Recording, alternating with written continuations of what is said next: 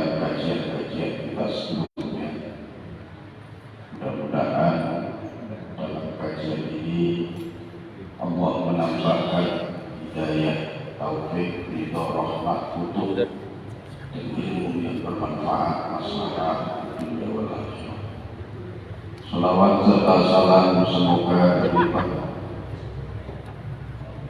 terlimpahkan kepada junjungan kita Rasulullah Sallallahu Alaihi Wasallam, para keluarganya, sahabatnya, kiainya. Mugi-mugi kula panjenengan angsal syafaatipun fit dunya dengan husnul khotimah, syafaat fil akhirah bersama beliau di surga Allah Subhanahu wa taala. Amin ya rabbal alamin. Hadirin rahimakumullah, seperti yang sudah tersampaikan melalui pamflet,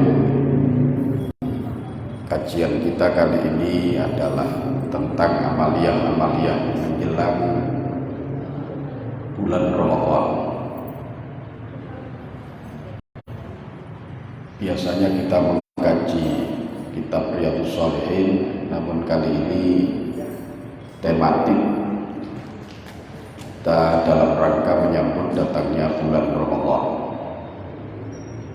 Baik, yang pertama yang perlu kita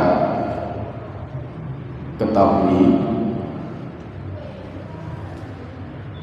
di separuh yang kedua dari bulan Sya'ban ini, yang perlu kita ketahui adalah bahwa kita sudah tidak dianjurkan untuk melaksanakan puasa sunnah. Bahkan kalau mengutip fatwanya Imam Nawawi, seperti dikutip oleh Syekh Khatib dalam Hasyiah Al-Bujairimi, Imam Nawawi mengharamkan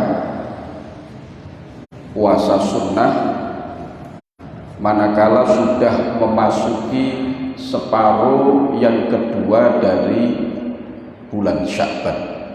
Saat ini wis tanggal 18 ya. Meskipun niki terjadi khilaf, perbedaan pendapat di kalangan para ulama. Ada yang hanya memakruhkan saja, tapi Imam Nawawi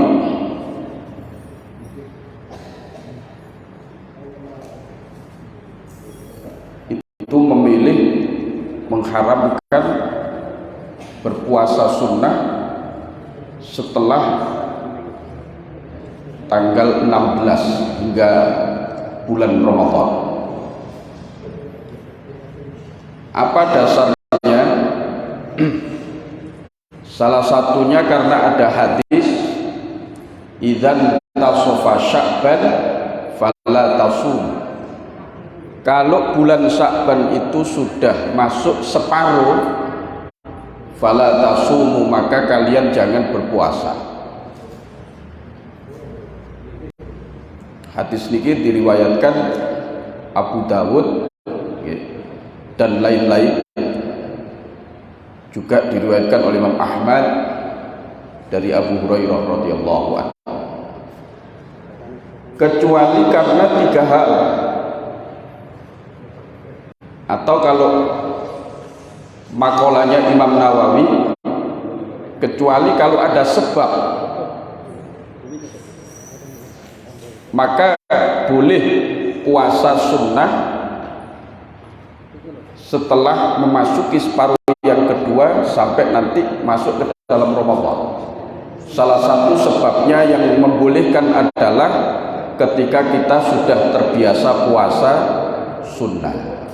Panjenengan biasa poso sunnah nggih. Senin Kemis sambung sampai Ramadan, no problem. Semerep no problem. Niku bahasane tiyang ngen kula niku ngoten-ngoten niku. Memang Ploso itu selangkah lebih maju daripada Karangbahan. Itu yang pertama. Utawa sampean poso biasanya kemis poso, kemis sampai masuk Ramadan tidak masalah.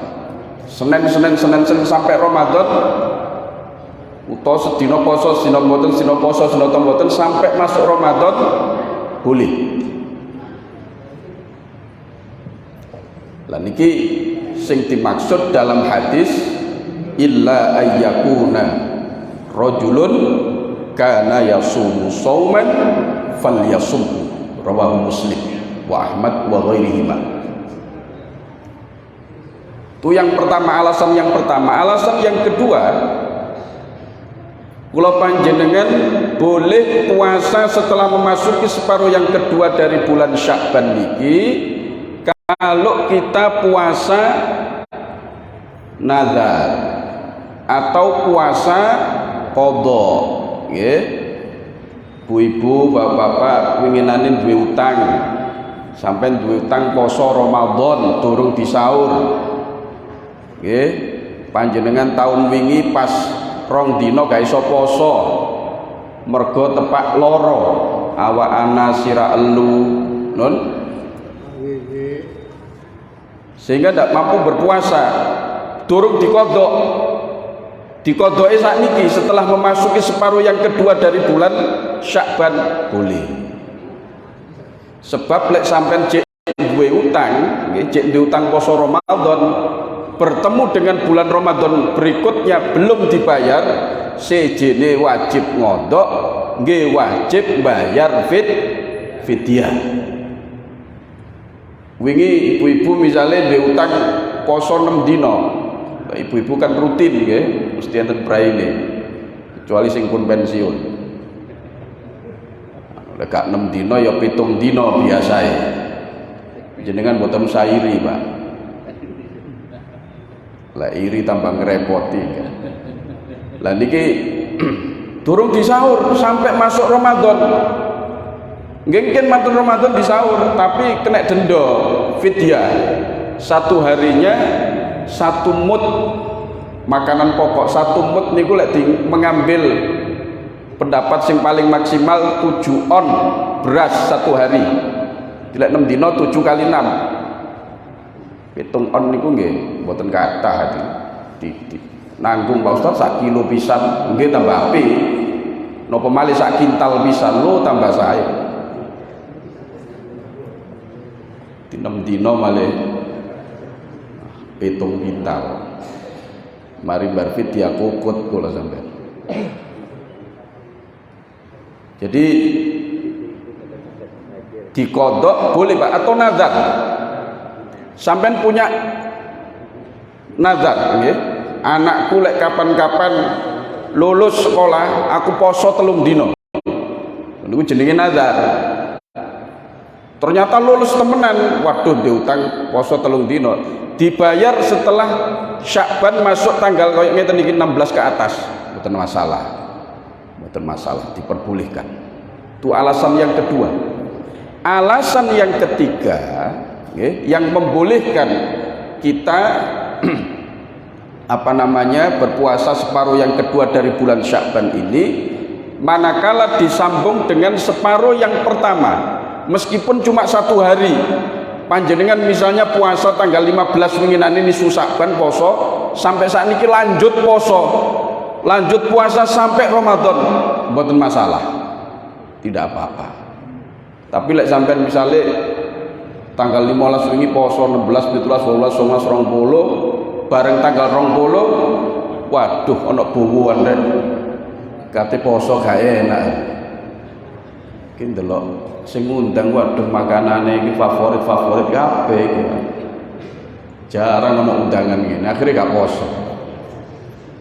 Mari ngoten.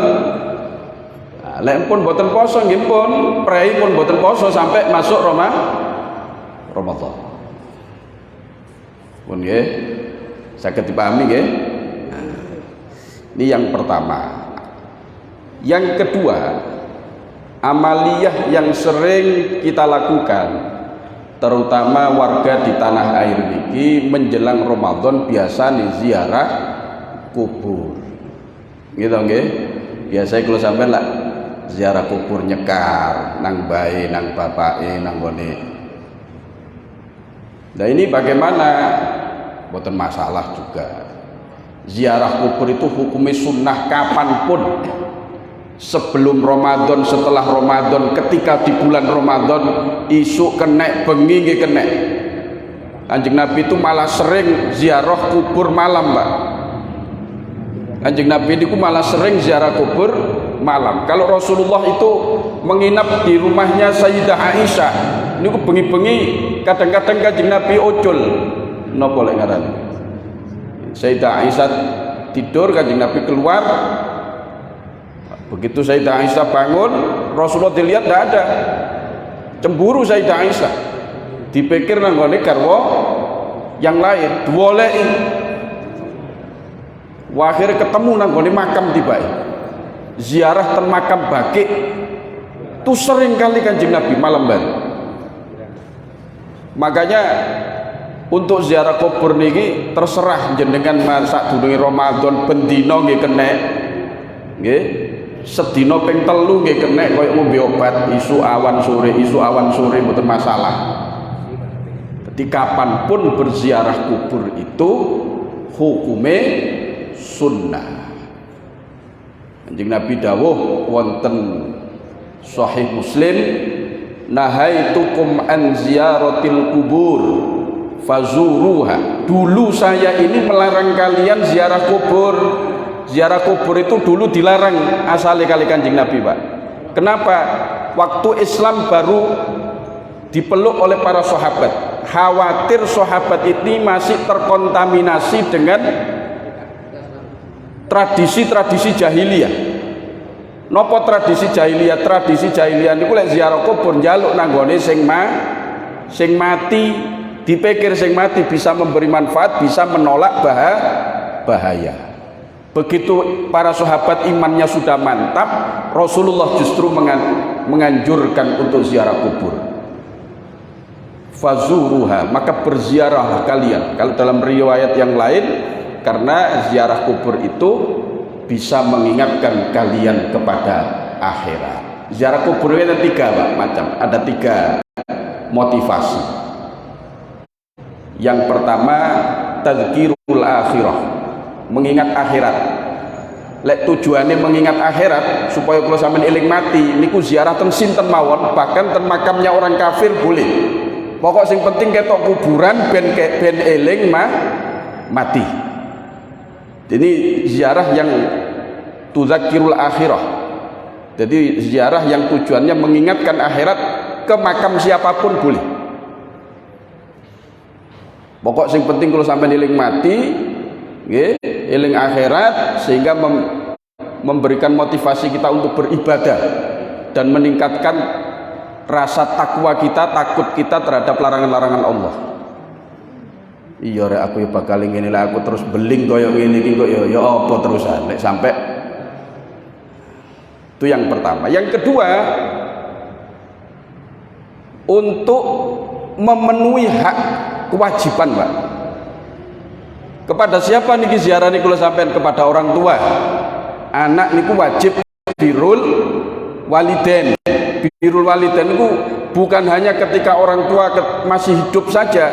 Wong tua wis mati nggih wajib birrul walidain. Kalau kita memungkinkan berziarah, kudu ziarah kula panjenengan. Mergo dengan diziarahi itu orang tua kita hatinya menjadi tentram. Mergo wong ahli kubur niku diziarahi semerep. Ahli kubur itu diziarahi, mereka tahu kedatangan kita, mereka mendengar kedatangan kita, mereka memahami kedatangan kita. Makanya lek kula sampeyan mlebu kuburan dikengken olo salam niku mergo dijawab hati. Berarti ahli kubur jawab, berarti ahli kubur kerungu. Pun panjang niku keterangan. Lah lek wong tua kula sampean tekani atine ayem, atine tentrem, niku nyenengno wong tua. Lek wong tua seneng Gusti Allah nggih seneng, ridallah fi ridal walidain. Termasuk murid ziarah kepada guru niku hak, niku kewajiban kita. Nanggone wong tua jasmani maupun wajib berbakti, apalagi kepada orang tua rohani. Guru itu orang tua rohani kita. Nek wong tua kula sampean mek nyelametno kula sampean ten donya tok niki ben gak keluwen, ben gak kepanasan, ben gak kademen. Guru itu menyelamatkan kita bukan hanya di dunia tapi di akhirat, supaya kita tidak terbakar oleh api neraka. Maka dia lebih berhak untuk kita berbakti kepadanya. Podo-podo wajibe. Makanya dan syiiran itu disebutkan laqad haqqa ayyuhda ilaihi karamatan lita'limi harfin wahidin alfu dirhami. Laqad haqqa, sungguh wajib, sungguh nyata, ayyuhda, untuk diberikan hadiah. Laqad haqqa ayyuhda ilaihi karomatan, kepadanya nyanyi guru Pak, sebagai bentuk kemuliaan. Litaklimi harfin wahidin alfu dirhami, karena dia mengajarkan satu huruf. Orang yang mengajarkan satu huruf saja itu berhak sebetulnya diberi hadiah walaupun 1000 dinar, alfu 1000 dirham kepadanya, karena dia mengajarkan satu huruf. Satu hurufnya kok dikai hadiah sakmono gede ini. Ayo sampai tidak bisa, tidak mengerti satu huruf saja, gak iso maca Quran. Kula sampean misalnya mboten ngerti alif, mboten iso maca bismillah niku mboten iso. Wong bismillah niku ono alife. Al-Fatihah niku enten alife. Ar-Rahmanir Rahim lho enten alife. Lek gak ngerti alif, opo iki niku? Lek iki ngerti roh, mani ngerti. Lah sing ngarepe iki ono alif iki opo wacane? Gak iso maca. Kitab sak donya niki lek gak ono satu huruf gak kena diwaca. Ada ziarah itu untuk tawassul, tabaruk, supaya kita lebih dekat kepada Allah, sehingga ketika berdoa hajat kita mudah dikabulkan. Niku ziarah lek niki khusus nang wong saleh, khusus ten para ulama, khusus nanggone para wali sing memang berhak untuk ditawasuli kepada Allah Subhanahu wa taala. Jadi ziarah niku ada 3 niku. Ada kalanya untuk mengingatkan akhirat niki bebas makame sinten mawon, bahkan makame gerandong mak lampir mboten masalah. Sing penting kula sampean iso eling akhirat. Sing nomor kali untuk memenuhi kewajiban lek niki terhadap orang-orang yang memang punya keterkaitan kewajiban dengan kita, orang tua, guru dan lain sebagainya, saudara-saudara. Terus untuk tawasul dan tabarruk itu makamnya para wali, khusus makamnya para wali kali para orang-orang solih, para ulama, orang-orang solih. Jadi sak durunge Ramadan, sak wise Ramadan tidak masalah, tidak ada waktu khusus untuk berziarah kubur. Kemudian termasuk amaliyah tradisi kula panjenengan menjelang Ramadan niku megengan, Mbak.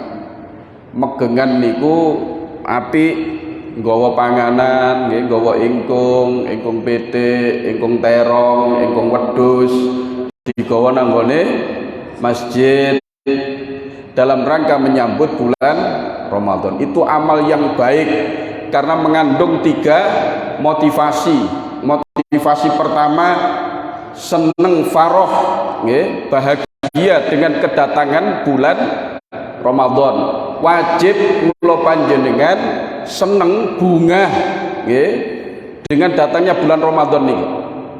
Lek enek wong mukmin gak seneng kedatangan bulan Ramadan, ada sifat munafik di dalam hatinya. Nauzubillahi min dzalik. Dadi wong Islam, wong muslim napa malih wong mukmin wajib seneng tekane bulan Ramadan. Kenapa? Bulan Ramadan itu rahmat. Bulan Ramadan itu ampunan, anugerah dari Allah Subhanahu wa taala. Seneng nanggone rahmate Allah, seneng nanggone anugerah Allah niku hukume wajib. Dan surat Yunus ayat 58 Allah dawuh, "Qul bi fadlillahi wa bi rahmatihi fabidzalika falyafrahu wa khairum mimma yajma'un." Katakan Muhammad, "Qul bi fadlillahi," dengan anugerah Allah, "wa bi rahmatihi," dan dengan rahmat Allah, "fabidzalika," maka dengan yang demikian itu, "falyafrahu," maka hendaknya mereka berbahagia.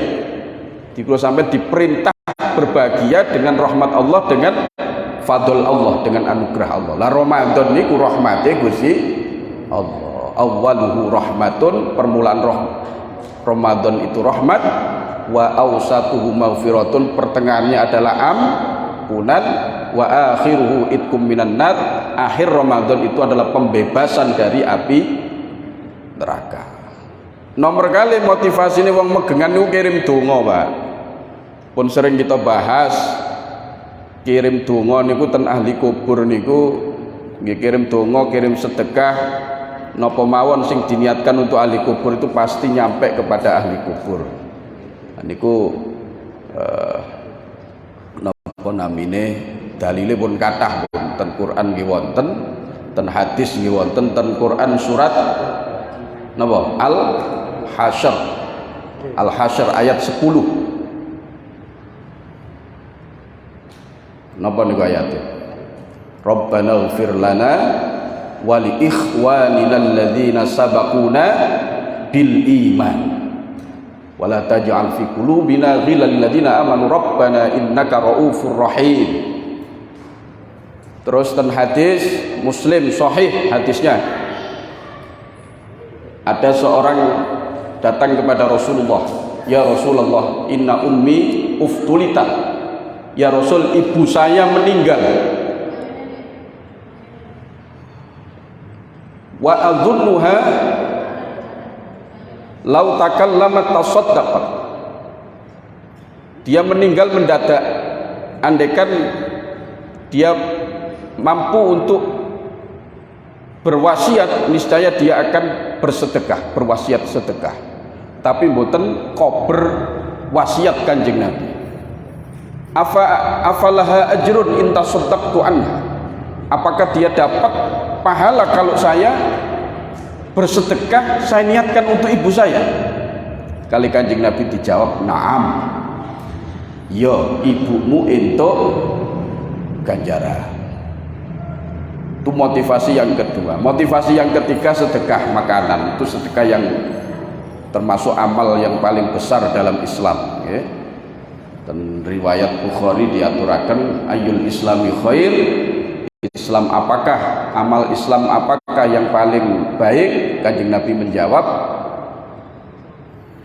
napa namine, it'amut ta'am wa ifsa'us salam, memberi makanan dan menebarkan salam. Kemudian hadirin, amaliyah berikutnya dalam menentukan kapan bulan Ramadan, sing jelas Ramadan itu nggih satu posone niku sing jelas nggih satu cuma satu Ramadannya kapan? Kita tinggal makmuman lillahi ta'ala mawon kepada pemerintah, karena pemerintah bersinergi dengan para ulama, para pakar, untuk mengobservasi bulan hilal apakah sudah muncul dan sudah bisa ditentukan untuk awal Ramadan atau belum. Itu mereka akan menebarkan petugas-petugas di berbagai titik di tanah air ini, kalau tidak salah ada 60 titik untuk melihat secara langsung hilal pada saat itu. Kalau memang bisa terlihat dan memenuhi kriteria, nggih kula panjenengan cukup nderek makmum mawon, besoknya kita akan berpuasa. Kenapa kita harus mengikuti pemerintah? Kenapa kita harus mengikuti instruksi dari para ulama, para pakar yang bersinergi dengan pemerintah? Ya karena kula sampean derek dawuhe Kanjeng Nabi, sumu li ru'yatihi, berpuasalah kamu karena melihat hilal. Wa aftiru li ru'yatihi, dan kalian berhari layalah karena melihat hilal. Nanti patokan pertama itu melihat hilal Ramadan. Lan delok hilal niki hukume fardu kifayah. Pokoke wis enek sing nglakoni nggih pun kula sampean tinggal makmum mawon. Ndak perlu setiap orang itu ikut ru'yatul hilal. Sebab ru'yatul hilal niku butuh ilmu. Ken kula sampean ndelok dikira hilal. Tibake tibake sinten? Soalnya ndelok hilal niku mboten gampang, Pak. Terkadang rancu dengan bias cahaya, terkadang rancu dengan macam-macam lah, perlu ilmu untuk mengobservasi. Nah, kalau sampean kepingin ikut observasi hilal niku wau nggih kudu melok tim yang memang sudah punya kredibilitas tentang masalah ru'yah niki. Golek ru'yah dhewe salah delok nggih akhirnya. Fa in ghumma alaikum fakmilu sya'bana salasin. Kalau terjadi mendung, hilal tidak tampak atau tampak tapi tidak memenuhi kriteria, maka sempurnakan bulan Sya'ban itu 30 hari. Dan ini tentu melalui proses ru'yah dulu baru istiqmah. Sekali lagi kula sampean wong awam nggih pun melok pemerintah mawon. Sebab hukmul hakim yarfa'ul khilaf. Lek wis pemerintah itu sudah memberikan instruksi besok puasa, maka wajib bagi siapapun untuk mengikuti instruksi dari pemerintah tersebut. Bon, kita lanjutkan hadir. Kemudian terkait dengan awal Ramadan, nah ini yang perlu kita perhatikan betul, Pak. Dalam madhab Syafi'i, dalam madhab Imam Syafi'i yang kita ikuti, wong poso niku ben bengi wajib niat. Ben bengi kalau sampai wajib niat, dengan lisan boleh, dengan hati juga boleh. Minimal dengan hati, dengan lisan itu sunnah untuk menolong hati kita.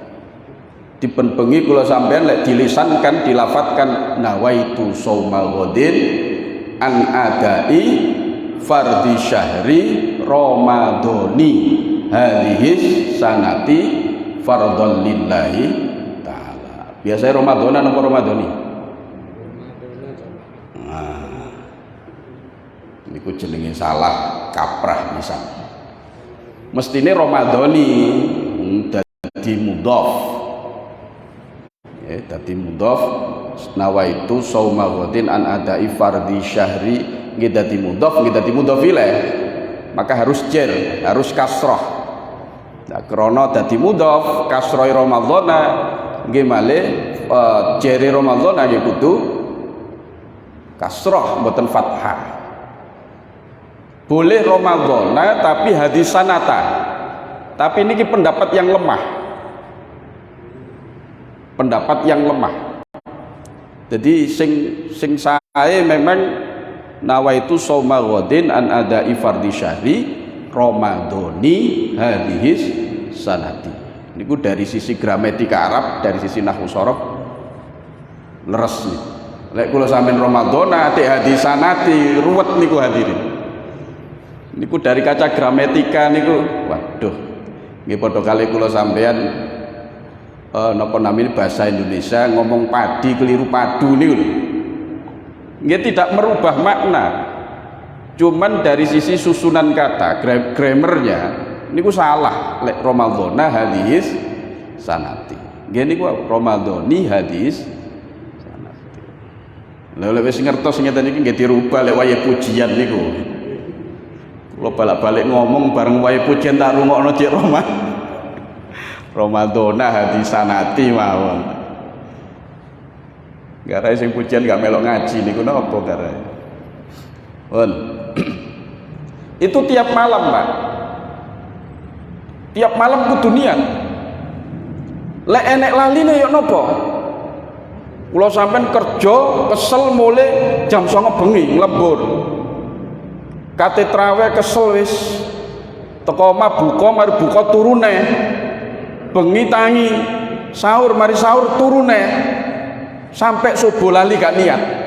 Lho kula pun sahur itu bukan niat dan sahur tidak bisa menggugurkan niat. Ya napa ngeten niki? Isuk kula sampean wajib poso nggih. Paginya tetap wajib poso hormat datang bulan Ramadan. Tapi besok mari riyaya wajib qadha. Ayo abot nggih. Nggih. Wis tetep wajib poso tapi mari Ramadan cek wajib qadha. Lah, supaya mboten ngoten ten kitab-kitab Syafi'iyah nggih. Niku termasuk ten yana, ten kitab-kitab lintune. Niku ulama menganjurkan kula sampeyan di awal Ramadan nggih di malam pertama syarate kula sampeyan kengken derek Imam Maliki nggih kudu diniati niat derek mazhabe Imam Maliki eling nggih Imam Maliki pun keliru Imam Samudra Pak nggih soalnya imam niku kathah dadi bengi niat derek Imam Maliki malam pertama tadi. Terus pundi kita menjamak niat dalam 1 bulan. Nawaitu shauma ghadin an adai fardhi syahri ramadhani hadhihi sanati kullihi yakni seluruhnya Ramadan dalam tahun ini kullihi fardhon lillahi sampean kari nambahi kullihi ne mawon nawaitu shauma ghadin nek diarapaken an adai fardhi syahri ramadhani hadisanati kullihi fardhon lillahi ta'ala.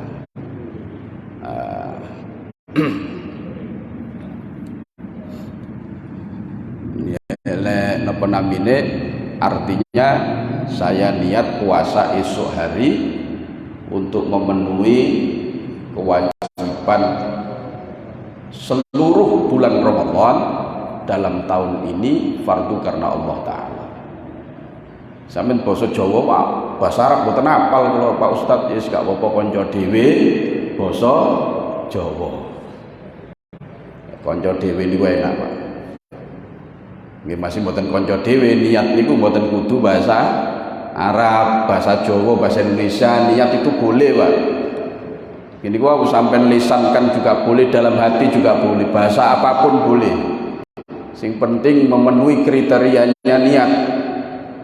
Ini niku pun lengkap niku niat poso meneh krana nekani sekabehane fardune wulan Ramadan tahun iki fardu krana Allah Ta'ala. Malam-malam berikutnya tetap niat kok biasane niku Pak. Malam-malam berikutnya tetap niat kok biasane dene enten laline kula sampean bengi mboten niat niku sampun sah menurut Imam Maliki. Tapi sadurunge niat ngene niku niat nderek Imam Maliki. Pun saged dipahami nggih? Nggih. Terus kemudian nggih amalan yang perlu kita perhatikan berikutnya. Niki enten ijazah dari para ulama nggih. Lek malam pertama kula sampeyan lek saged menghatamkan surat Al-Fatah. Inna fatahna laka fatham mubina sampai akhir surat. Niku kali para ulama dipun dawuhaken insya Allah rezeki kita dalam setahun dimudahkan kali Allah Subhanahu wa ta'ala, digampangkan kali Allah dalam setahun Pak, lumayan. Tapi syaratnya malam pertama mawon, malam kedua ketika expirednya sudah habis. Sampeyan pikir cuma makanan mau nenten expired itu kan niku nggih enten. Inna fatahna laka fatham. Terserah sampean mantun maghrib kena, mari traweh nggih kena, malam hari nggih kena, pokok malam pertama. Niku ngatamaken surat Inna fatahna laka fatham mubin. Kalau tidak salah surat ke-58 insyaallah. Nggih sampean cek mawon nggih timbangane salah. Terus sejak malam pertama, sejak malam pertama sampai akhir Ramadan sing kathah maos donga sing biasae kita baca setelah tarawih.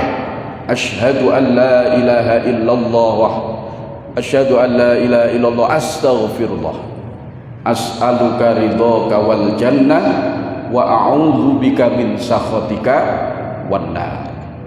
Niku dibaca mboten mantun tarawih tok, Pak. Siang, malam, pagi, sore kali ngenteni salat jamaah kula sampean maos niku. Mantun dalu, mantun tahajud nggih diwaca, mantun salat subuh diwaos, mantun salat zuhur diwaos.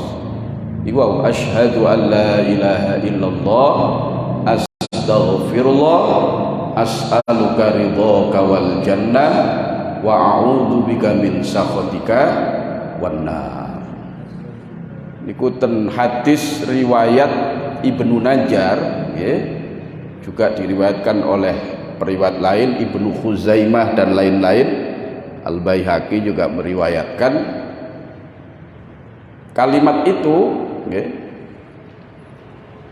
itu Allah akan memberikan 4 hal. Satu, tardawna bihima rabbakum. Kalimat itu akan membuat Allah ridho kepada kita. Lek pun Gusti Allah ridho, seneng hati. Wong niku lek wis seneng menerima apa ada. Kula sampeyan dikandani arek iku lho, warek elek wis seneng itu. Wis ireng endek rongos pisan. Jawabe arek sing seneng, lho justru ireng iku sing tak seneng iki lho. Jenenge wong seneng ya repot. Apa adanya dia akan menerima. Allah Subhanahu wa ta'ala Maha pemurah hati. Lek Gusti Allah niku pun ridho. Dosa kula sampeyan akeh mboten peduli Gusti Allah, disepuraken. Wong mateni 99 wong ten kajian Riyadhus Shalihin. Mateni 99 wong niku wong kabeh lho. Tapi Allah ridho, disepuro. Enten ten hadis niku keterangan tiyang seorang wanita mengurung kucing, nggih. Kucing dikurungi gak dikai pangan mati, ditinggal lunga sampai 3 dina mati.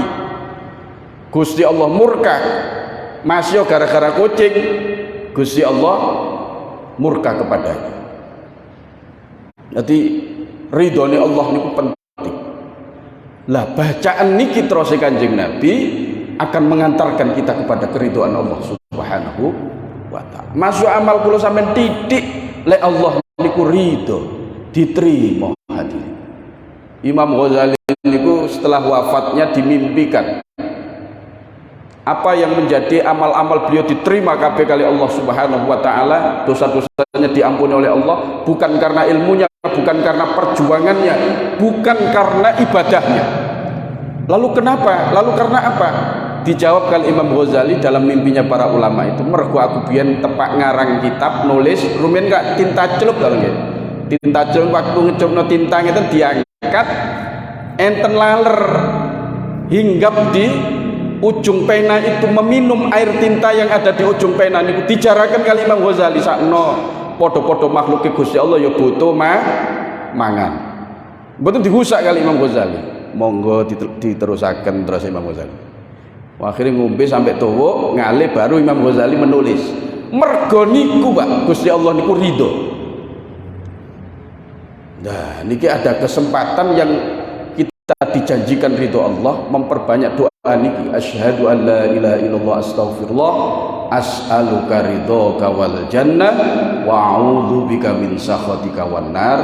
Baca niku selama Ramadan. Yang terakhir yang hendaknya kita amalkan selama Ramadan, perbanyak di malam-malam Ramadan donga Allahumma innaka afuwun karim tuhibbul afwa fa'fu anni. Mlaku-mlaku kali lungguh-lungguh niku kula panjenengan kali maca donga niku.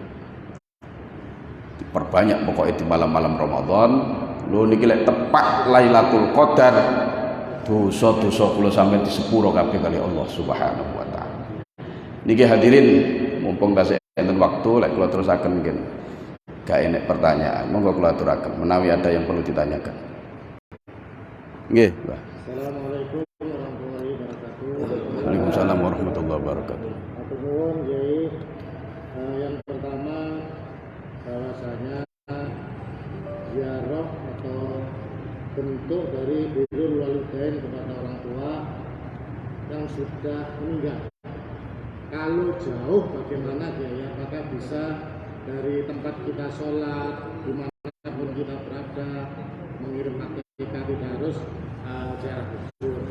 Yang pertama. Yang kedua, tadi disampaikan bahwasanya biasanya kalau imam itu rata-rata kan doanya kan na gitu. Nah ini apakah kalau ini itu yang lebih bagus yang mana? Yang ini yang nah itu kalau sebagai imam. Itu saja. Matur nuwun. Assalamualaikum. Waalaikumsalam warahmatullahi wabarakatuh. Langsung kalau jawab. Jadi memang prioritas itu ziarah kubur, Pak. Berziarah itu prioritas. Untuk birrul walidain ketika orang tua itu sudah wafat, itu kalau memungkinkan. Kalau tidak memungkinkan, maka minimal 1 tahun sekali. Itu pun juga kalau memungkinkan. Lah nek tiyang sepuh kula sampean wafate ten Mekah mriku kate setahun pisan rono niku duweke sapa? Lah kalau tidak memungkinkan, jadi kalau bisa 1 minggu sekali itu afdol sekali, karena di kitab Ihya itu dikatakan dengan sering berziarah ke makam orang tua, orang yang sebelumnya mungkin dalam catatan sebelumnya di buku amalnya itu sebagai orang yang durhaka kepada orang tua karena seringnya ziarah kubur niku bisa terhapus menjadi catatan berbakti kepada orang tua. Terus kalau memungkinkan, kalau tidak memungkinkan sama tiap 1 Jumat sekali, gini gua 1 tahun sekali. Itu kalau memungkinkan. Kalau tidak memungkinkan ya sudah, kita doakan dari rumah. Tapi bukan berarti kalau kita nopo namine bisa berziarah 1 minggu sekali terus di rumah tidak mendoakan, kita tetap mendoakan. Menurut Syekh Abu Lais As-Samarqandi, dia kutip dalam kitabnya Tambihul Ghafilin, dongakno wong tuwa niku minimal nih, mari salat penggang setiap selesai salat. Minimal dongakno wong tuwa niku setiap selesai salat. Apa dalilnya? Dalilnya nang ngene surat Luqman ayat 16 kalau tidak salah. Anishkurli wali walidayka ilayyal masir. Bersyukurlah kamu kepadaku, Allah, punya dia Allah. Dan bersyukurlah kamu kepada kedua orang tuamu. Jadi bersyukur kepada orang tua alias berbakti kepada orang tua digandeng kali perintahnya, digandeng kali bersyukur kepada Gusti Allah. Lah bersyukur kepada Allah itu sehari minimal berapa kali? 5 kali. Salat 5 waktu ini lah bentuk syukur kita kepada Allah. Kalau sampai dikai urip, dikai rezeki, dikai ambekan, niku bentuk syukur kita minimal 1 hari itu 5 kali. Berhubung niki perintah disejajarkan lek ngono ndongakno wong tuwa iku minimal ya setiap selesai sholat. Nah itu tadi kalau masalah ziarah kalau memungkinkan seperti itu, tapi kalau masalah doa itu minimal selesai sholat.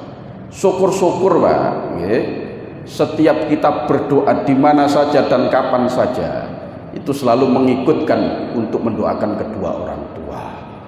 Makanya saat durunge njaluk napa-napa njaluk sepuro dhisik. Astaghfirullahaladzim li wali walidayya wali ashabil huquqil wajibati alayya wali jamil muslimin wal muslimat, baru sampai nyuwun lintunipun. Iku adab dalam berdoa. Bon, nomor kalian apa? Kalau biasanya kalau doa kita kan pakai Pakai na nggih. Nggih. imam pakai na. Nggih, kalau bukan Quran, kalau bukan Quran, kalau doa sendiri ini, kalau doa bersama ya harus nah hadirin. Lek boten gawe nah makruh. Niku sebab ndongakno awake dhewe. Imam kok memonopoli wong kok ngamini dongane dhewe niku lah ya. Monopoli itu namanya. Makanya kali Kanjeng Nabi dimakruhkan. Lah, mestinya harus imam itu selain mendoakan dirinya juga mendoakan jamaahnya. Itu kalau doa yang tidak disitir dari Quran. Tapi kalau doa itu disitir dari Quran, nggih pun ni mawon niat maca Quran mawon. Meskipun andaikan kita niat membaca zikir lalu kita ganti dengan na, itu diperbolehkan dengan syarat tidak niat membaca Quran, niat membaca kalimat zikir semisal Quran. Tapi kangge kula sampean lek mundhut teko Quran lek ni mawon mboten usah dirubah-rubah. Kula sampean kin rubah tambah salah kaprah tambahan. Wis gak ngerti bahasa Arab, gak ngerti fikihnya, wis niate salah, lafate salah pisan.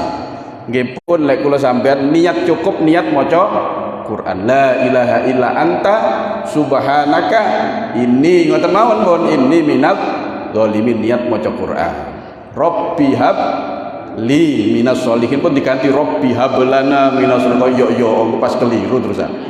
Wis lek kula sampean wis cukup Rabbi habli minas sholihin nggih pun li ngoten mawon, mufrad nggih mufrad, niat kita membaca Quran ben boten salah kaprah niku wae.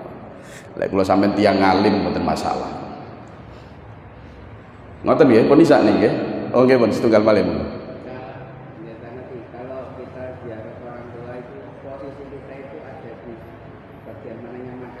Nah, adab berziarah pertama masuk salam secara umum. Assalamualaikum ahlat diyar dan seterusnya. Terus kemudian dalam menuju ke makam diupayakan seminimal mungkin kula sampeyan tidak melangkai makam niku wau. Khawatir suul adab kalau di situ ada makamnya orang soleh. Makanya saya ngapik sampeyan ojo liwat nang kuburan Rangka niku. Niku nglangkai pirang kuburan pas ana wali nang kono. Kula lele liwat mriku mikir ngoten terus gak wis kasih dois lek dalan liyane. Nah, terus dugi ten makam ngambil posisi itu sebelah baratnya kalau memungkinkan ini Pak. Itu sing apik mengambil sebelah barat. Jadi kalau sampai ngadep ngetan, ziarah kubur niku ngadep ngetan. Sebab mayit niku kan ngadep mulon sehingga kita itu seakan-akan berhadapan dengan si mayit niku wow. Kalau itu orang tua kita, orang alim, orang solih, kula sampean lebih baik mengambil posisi kakinya. Jadi ngadep ngeten tapi posisi kaki. Niku luweh adab, luweh tata krama. Kalau memungkin sekali lagi kalau memungkinkan mengambil posisi kaki sehingga dengan niat niku menjaga adab kita dengan orang yang karena mereka tahu kita datang kepada mereka, mereka tahu, mereka melihat kita, mereka mendengar kita, sehingga adab itu bukan hanya ketika mereka masih hidup saja, ketika sudah meninggal pun kita berhadapan-hadapan dengan mereka. Kaca ditutup kocori ben ngoten mawon, mereka melihat kula sampean mboten melihat kocori ben niku jenenge alam barzah. Makanya wong alam barzah iku ro wong ahli wong ten donya, wong donya sing gak ro nanggone alam barzah.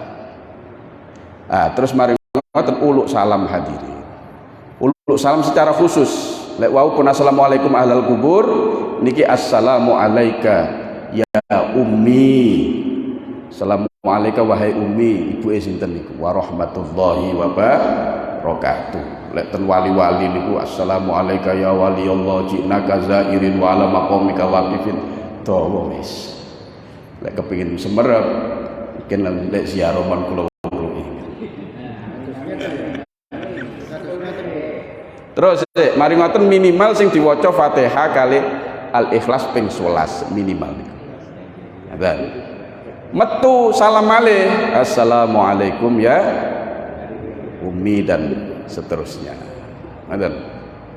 Niku di antara adab. Nggih pun monggo rada molor sithik apa.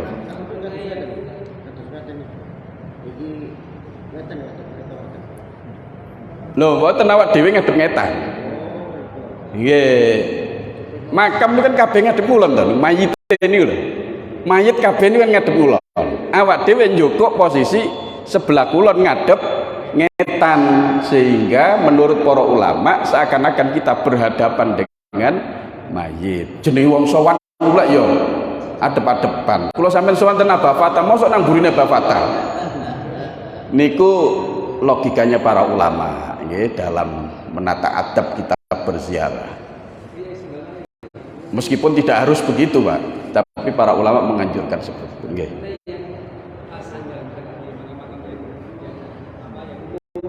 Nggih. Nggih.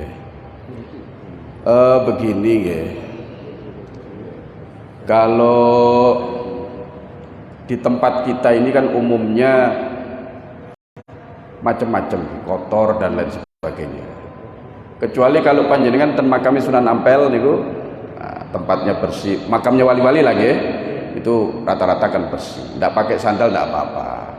Tapi kalau di makam-makam umum lebih baik pakai sandal, Pak. Banyak masalah di situ soalnya, kena najis iyo, nggih. Terus kemudian tanah di kuburan itu terkadang digali, nggih, digali kemudian ketika mayat dimasukkan terkadang sebagian galian itu tidak kembali lagi, itu dari sisi kesehatan nggih kurang. Terus ben gak kecocok ri barang wong makame nggih semrawut nang daerah kula sampean iki. Nah, itu lebih baik pakai sandal kalau di makam-makam umum. Tapi kalau makam-makam yang memang terjaga kebersihannya, kita lepas sandal kita. Karena itu bagian dari adab kita. Ngoten nggih. Lek nang makam umum mau kemana rangkah ombo, sandali sampean coplok tekek pinggir ilang hadirin. Engko nyalano sing diziarah. Gara-gara sampean iki sandal ilang. Pun ngoten nggih? Pun isa. A'udzubillahi minasyaitonir rajim. Bismillahirrahmanirrahim. Allahumma shalli wa sallim ala sayyidina Muhammadin alhamdulillahirabbil alamin. Allahumma anfa'na wa 'allamtana wa 'allimna ma yanfa'una wa barik lana wa 'allamtana wa 'allimna fid dunya. Rabbana atina fid dunya hasanah wa qina adzabannar. Sallallahu alaihi wasallam. Alhamdulillahirabbil alamin. Fatihah. A'udzubillahi bismillahirrahmanirrahim. Subhanakallahumma bihamdika asyhadu an la ilaha illa anta astaghfiruka wa atubu ilaik. Dan kirang lagu yang ngapunten. Assalamualaikum warahmatullahi wabarakatuh.